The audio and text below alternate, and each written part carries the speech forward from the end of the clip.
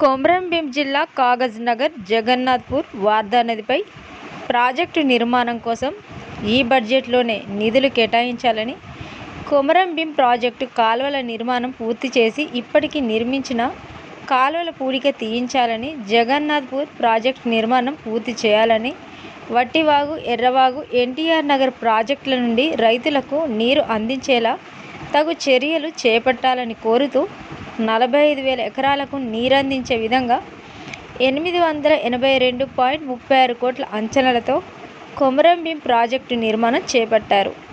Komaram Bheem project నిర్మాణం పూర్తయి ఏళ్లు గడుస్తున్నా గత ఏడాది ప్రాజెక్టుకు నెర్రలు ఏర్పడ్డాయి. వాటికి మరమ్మతులు చేయకుండా కేవలం తాటిపత్రి కప్పి వదిలేశారు.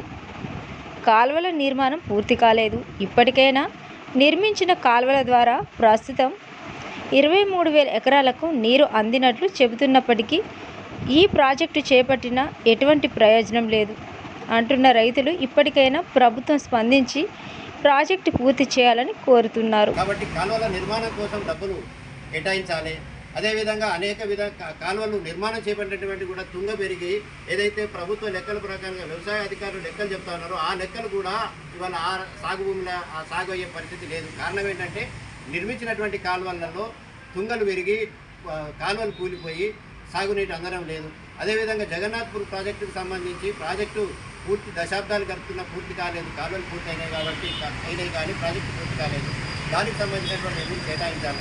అట్లే వట్టివాగును సింగరేణి యాజమాన్యం కబ్జాకు గురైపోయింది కాబట్టి ఆ వట్టివాగును ప్రాజెక్టు కూడా సాగునీరు అందించడానికి ప్రయత్నం చేయాలి. ఈ విషయాల మీద ఇప్పటికే మేము ముఖ్యమంత్రికి లేఖ రాసినాం.